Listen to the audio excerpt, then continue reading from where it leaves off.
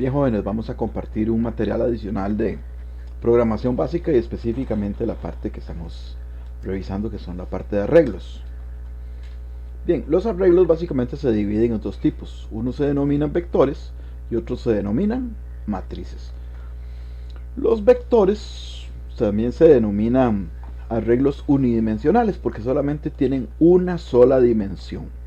O sea, con una sola posición de índice yo sé en qué elemento estoy buscando. El otro tipo son matrices que pueden ser bidimensionales, o sea, de dos dimensiones, o multidimensionales.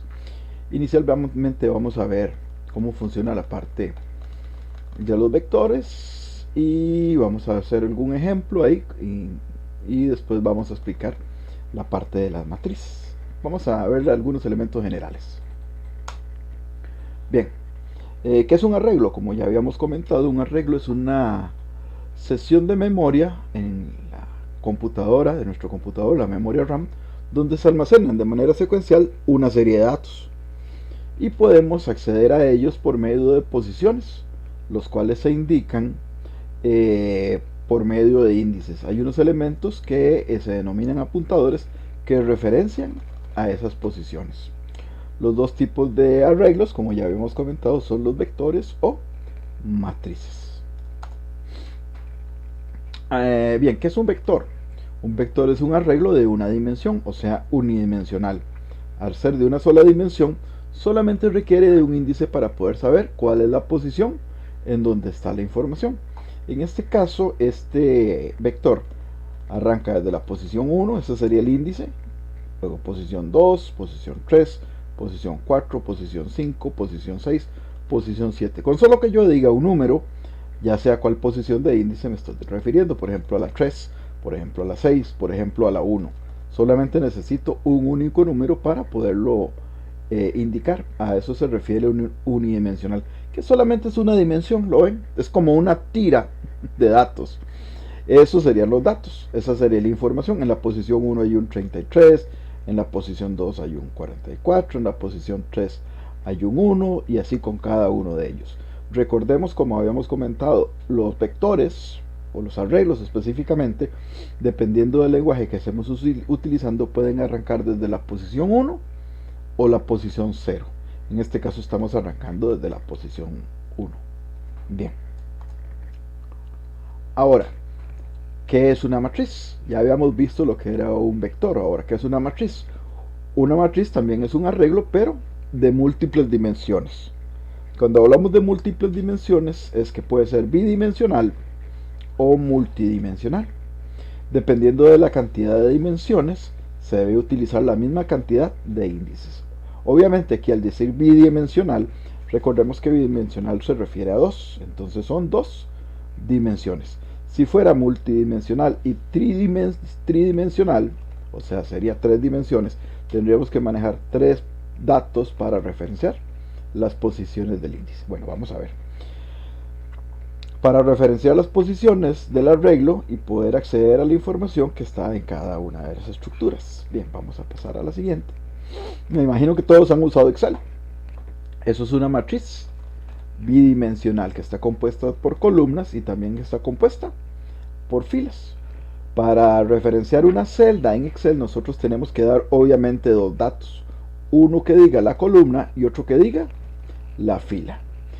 Los lenguajes de programación es un tanto diferente a Excel, en el sentido de que primero se indica la fila y después se indica la columna. En Excel se indica siempre primero la letra y después el número. En este caso no. En este caso se indica primero la fila y después se indica la columna. En este caso, por ejemplo, esta celda a nivel de una matriz sería la fila número 4 y la columna número 2.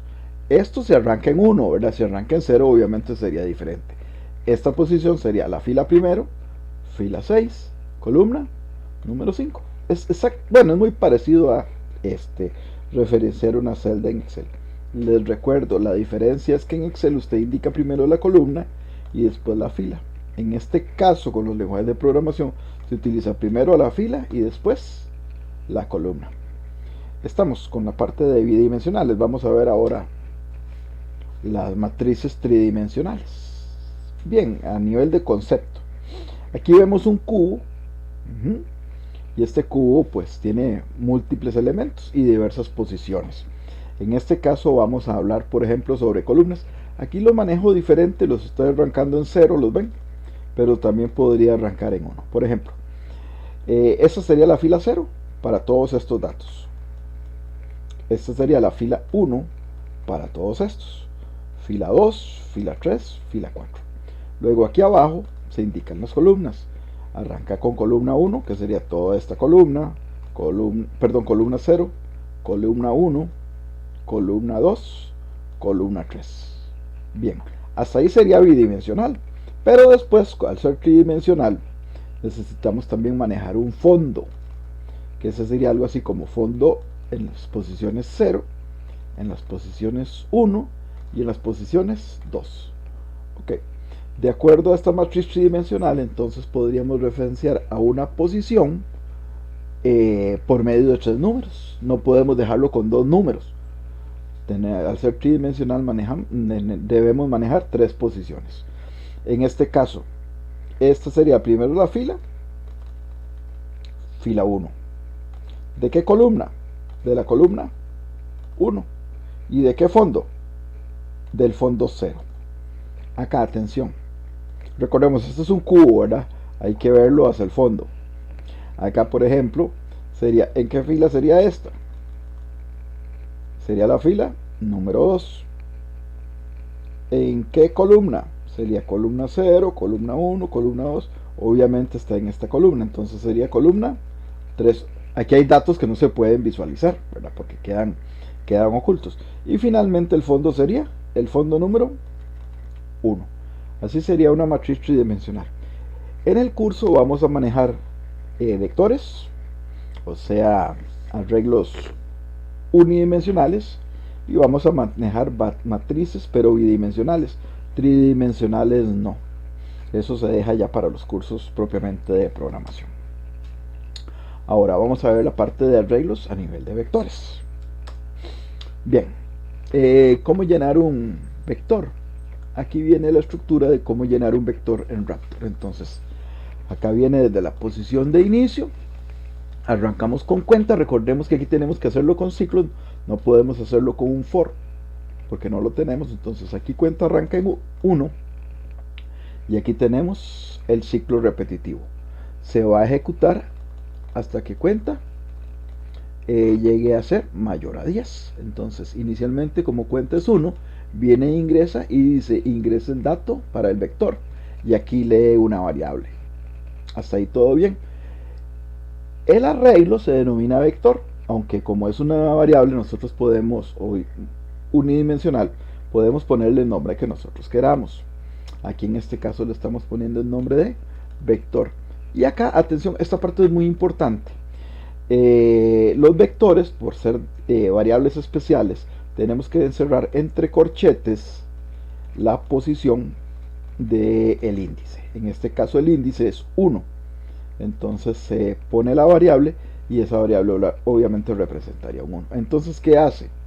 Esta parte lee el número y ese número es asignado al vector, que valga la redundancia se llama vector, y lo asigna en la posición cuenta, que en ese caso es 1. Luego cuenta, avanza a 2 y vuelve a ejecutar el ciclo. ¿Cuenta es mayor a 10? No. Entonces lee el segundo num y cuenta ya había pasado a 2. Cuenta en la posición 2 del vector y escribe ahí el siguiente número. Cuenta avanza 3.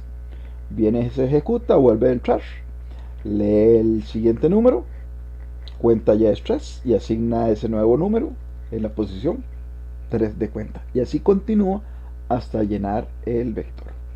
En ninguna ocasión les he dicho que tienen que aprenderse algo de memoria, ¿verdad? Pero llenar un vector sí tienen que aprendérselo de memoria. No hay nada que inventar, ya eso está inventado. Entonces, por favor, esa parte tienen que aprendérsela de memoria porque es muy importante.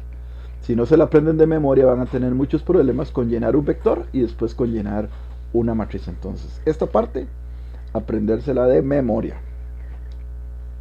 Bien, vamos a ver cómo mostrar la información del vector. Básicamente es semejante. Aquí ya no tenemos cuenta, tenemos una variable que se llama i. Entramos al ciclo, al loop, y aquí hasta que i sea mayor a 10, ejecute lo siguiente. ¿Y es mayor a 10? No, es 1. Entonces viene al no y hace una escritura y dice: los datos en órdenes corrientes son vector en la posición sub 1. Viene acá, avanza 2, muestra la posición 2, muestra la posición 3, muestra la posición 4, y así para cada una de las posiciones. Cuando i ya llega a 10, se ejecutó la última vez y avanza en 11, viene i y es mayor a 10, sí, entonces ahí concluye. Esta parte es muy importante también que se la aprendan, lo que es llenar y mostrar un vector. Esta sería la primera parte. Ahora vamos a continuar con otra explicación también relacionada con vectores. Ahorita continuamos.